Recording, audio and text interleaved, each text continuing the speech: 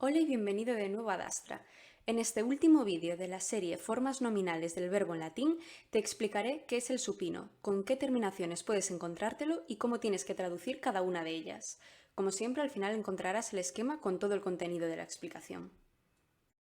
Lo primero que tienes que saber del supino es que es un sustantivo verbal.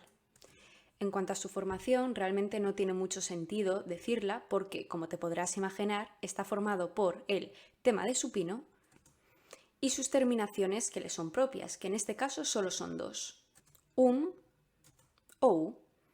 Ahora te voy a explicar cómo se usa cada una de ellas.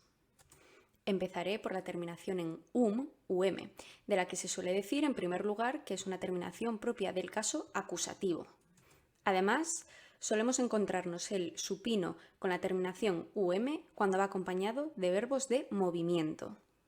Y en cuanto a qué introduce, algo que está directamente relacionado con cómo se traduce, podemos decir que el supino acabado en introduce proposiciones u oraciones subordinadas finales. Te voy a poner un ejemplo.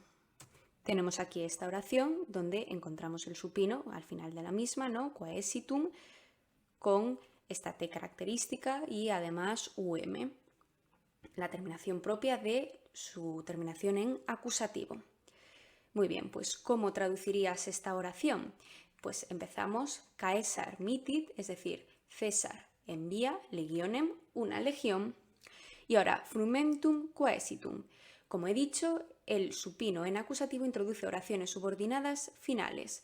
Por lo tanto, lo primero que tienes que hacer es envía una legión para, que es la preposición propia de inicio, ¿no? O de introducción de las oraciones subordinadas finales, quaesitum, la traducción del verbo, que sería para buscar. Y por último, el último elemento que nos falta por traducir, frumentum, trigo. Por tanto, César envía una legión para buscar trigo.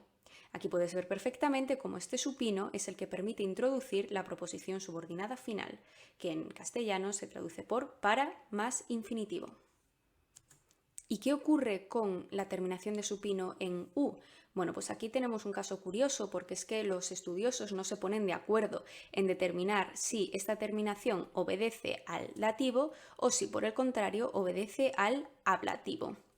De hecho, hay tanta controversia en torno a esto que muchos libros y muchas gramáticas simplemente dicen que el supino bien acaba en o en u, sin entrar en qué caso es cada uno de ellos, precisamente porque no se ponen de acuerdo en si se trata de un dativo o de un ablativo. Esto te lo digo porque puede ser que en tu libro de texto o en alguna gramática encuentres cómo habla simplemente de terminaciones de supino o cómo incluso puede denominar a la terminación en u como terminación dativo-ablativo. Cambiando de tema, la terminación de supino en u suele ir acompañada, en este caso, mientras que la de acusativo en iba con verbos de movimiento, cuando el supino termina en u, es probable que te encuentres con ciertos adjetivos.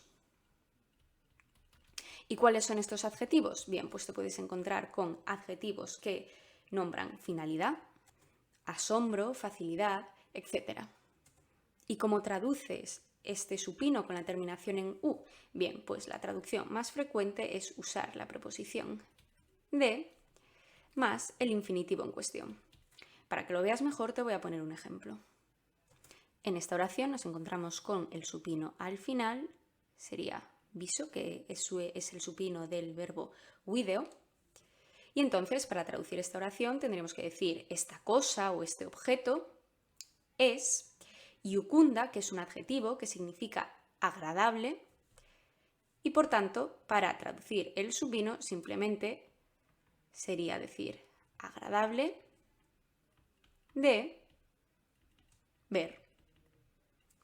Y ya está. Muy bien, pues con el esquema del supino que te dejo a continuación, acaba la serie Formas nominales del verbo en latín. Espero que tanto este como los vídeos anteriores te hayan sido de utilidad. Si es así, suscríbete y dale a me gusta y, como siempre, di si tienes alguna duda, que estaré encantada de resolverte. Nos vemos pronto con nuevos vídeos.